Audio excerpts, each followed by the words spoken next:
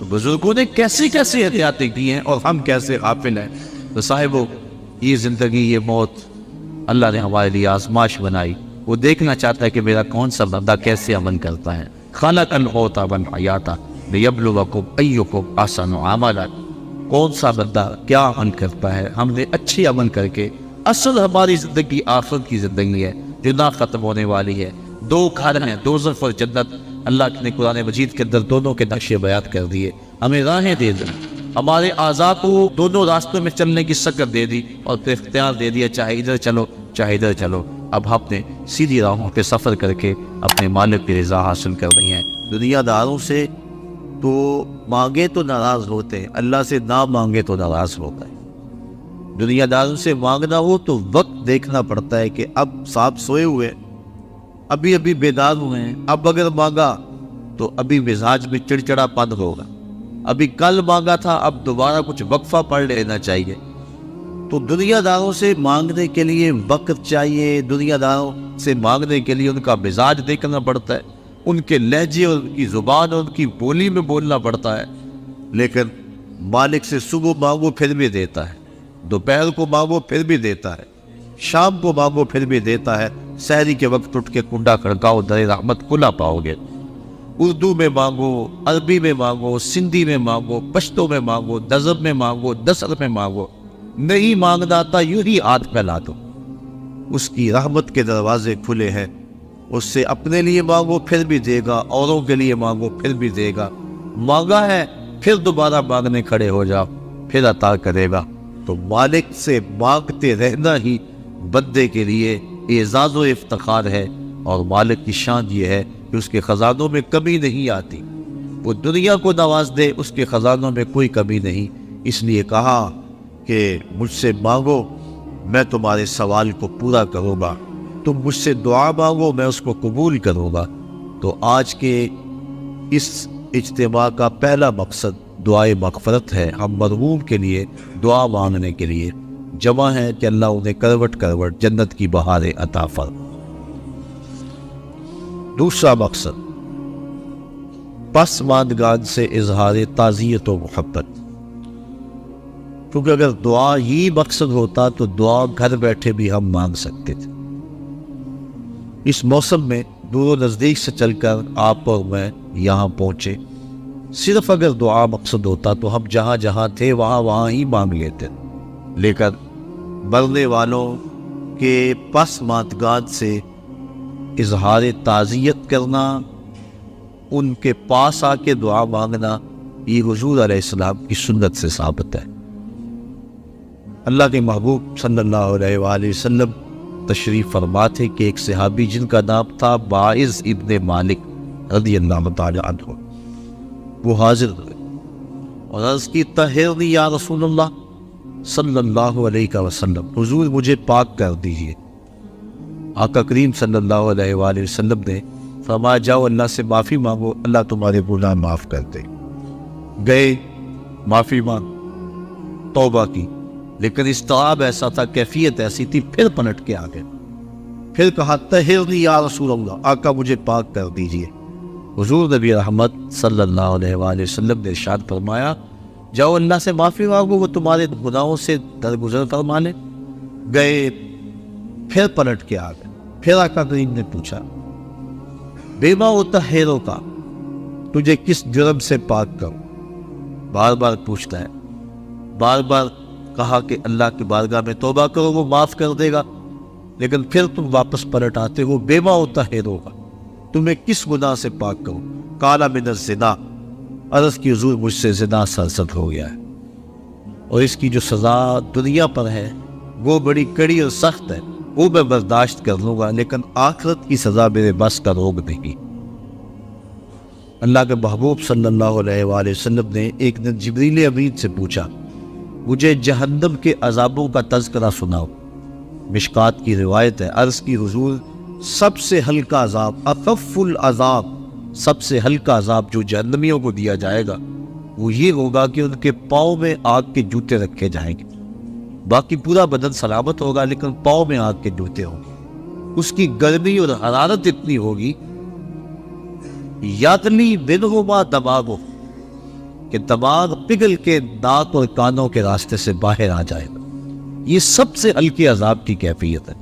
جو سخت عذاب ہے العیاذ باللہ، آج لوگ پرواہ نہیں کرتے، بلکہ کئی لوگ ایسی بات کہتے ہوئے پائے گئے کہ کوئی بات نہیں، اگر گئے بھی تو ایک غوطہ لگے گا پھر جنت میں چلے جائیں گے۔ فما اصبرهم علی النار، لوگوں کا آگ پر کتنا حوصلہ ہے۔ اللہ کے محبوب صلی اللہ علیہ وسلم تشریف فرما تھے کہ ایک صدا سنی، آواز آئی، ماں سے ابا یہ آواز بلا کیسی ہے؟ عرض کی اللہ اس کا رسول خوب جانتا ہے۔ فرمایا 70 سال قبل جہنم میں ایک پتھر پھینکا گیا تھا، اب اس کے پیندے میں گرا ہے، یہ اس کے گرنے کی آواز ہے۔ تو جہنم کی گہرائی 70 سال کی مسافت پہ، اور اگر ایک غوطہ بھی لگا تو 140 سال لگ جائے۔ تو کتنے حوصلے سے، کتنی ڈٹائی سے کہہ دیا جاتا ہے کوئی بات، کوئی کہتا ہے یہ جہاں بٹھا اگلا کس نے ڈٹا۔ حضرت غوث اعظم شیخ عبد القادر جیلانی رحمۃ اللہ تعالی علیہ فرماتے ہیں جاؤ قبرستان میں جا کے دیکھو کتنے کتنے حسینوں کی مٹی خراب ہو رہی ہے، جو اپنے بدن پہ چٹکی مٹی نہیں پڑنے دیتے تھے، آج ان کا کفن بھی تار تار ہو گیا۔ اللہ اکبر۔ تو جہنم کے عذاب بڑے سخت ہیں۔ روایات میں آتا ہے جب جہنمی جہنم میں جائے گا، اس شدت کی پیاس لگے گی اور بار بار تقاضا کرے گا مجھے پانی دیا جائے۔ 70 سال تو اس کی آواز کوئی نہیں سنے۔ 70 سال کے بعد داروغہ جہنم جھڑک کے کہے گا بتا کیا چاہیے؟ وہ کہے گا مجھے پانی چاہیے۔ تو داروغہ جہنم اس کو پانی دے گا۔ کون سا؟ منرل واٹر کی بوتل تھمائے گا اس کے ہاتھ میں، یا کوکا کولا یا پیپسی؟ قرآن پڑھیے، اس کو 2 پانی دیے جائیں گے، مائے حمیم اور مائے غسلین۔ مائے حمیم کھولتا ہوا پانی، اور ابن رجب حنبلی لکھتے ہیں وہ اتنا گرم ہوگا جب کٹورے میں رکھ کے اس کو دیا جائے گا اور وہ پینے کے لیے منہ کے قریب بڑھائے گا تو اس کے چہرے کی کھال اس کی بھاپ سے ادڑ کے اس کے اندر گر پڑے گی، اس قدر وہ گرم ہوگا۔ دوسرا پانی اس کو مائے غسلین دیا جائے گا، اور یہ جہنمیوں کی پیپ کا پانی ہوگا، اور اتنا بدبودار ہوگا اگر اس کا ایک قطرہ اب دنیا پہ ڈال دیا جائے تو اس کی بدبو سے لوگوں کے دماغ پھٹ جائے۔ انسان تو انسان رہے، جانوروں کے دماغ اس کی بدبو سے پھٹ جائے۔